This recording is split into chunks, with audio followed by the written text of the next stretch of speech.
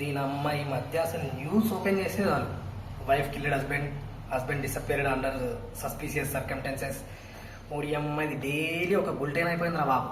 ఈ టైంలో అసలు మనం నవ్వు వద్దు పెళ్ళి వద్దు అని మనం ఆలోచిస్తుంటే ఇంట్లో వాళ్ళు ఏజ్ అయిపోతుంది పెళ్ళి చేసుకోరా, ఇంకెప్పుడు చేసుకుంటావు, ముడ్డి కిందికి 25 ఏళ్ళు వచ్చినాయి, ఇంకెప్పుడు చేసుకుంటావు అని వీళ్ళ టార్చర్.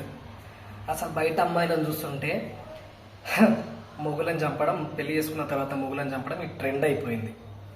వీళ్ళని చూసుకుంటే అసలు అరేంజ్ మ్యారేజ్ చేసుకోవాలంటేనే ఉచ్చబడిపోతుంది. ఈ టైంలో ఇంట్లో వాళ్ళ టార్చర్ మళ్ళీ మనకి. అసలు ఈ జనరేషన్లో అమ్మాయిని పెళ్లి చేసుకోవాలంటే చూడాల్సిన అమ్మాయిని కాదు, అమ్మాయి వెనకాల ఉన్న క్రైమ్ హిస్టరీని.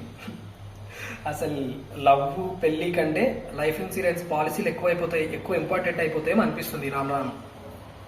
ఏందేమో సార్, మంచి అమ్మాయిలు కూడా ఉంటారు మావా, కానీ ఈ మంచి అమ్మాయిలు దొరకాలంటే మనకు రాసిపెట్టి ఉండాలి, లక్ ఉండాలి. అది మనకి ఎలాగో లేదు, అందుకే ఇంకా వెయిటింగ్ లిస్ట్లో ఉన్నాం. ఆ అమ్మాయి ఎప్పుడు వస్తా అని వెయిట్ చేస్తూ ఉన్నాం. ఇంకా దొరకకపోతే ఇంకా జీవితాంతం సింగిల్గానే ఉండడమే తప్ప ఈ అరేంజ్ మ్యారేజ్లు ఇవన్నీ మన వల్ల కావు మామ. ఈ అరేంజ్ మ్యారేజ్లు ఎవడో లవ్ చేసిన అమ్మాయిని పెళ్లి చేసుకొని ఈ డ్రమ్ముల కింద దొరకడాలు, హనీమూన్కి తీసుకెళ్ళి చంపడాలు, ఈ టార్చర్లు మన వల్ల కాదు మామ. టైం అయినా పర్లేదు, ఒక మంచి అమ్మాయి వచ్చేదాకా వెయిట్ చేసి చేసుకోవడమే బెటర్. లేకపోతే సింగిల్గా ఉండి సింగిల్గానే చేద్దాం.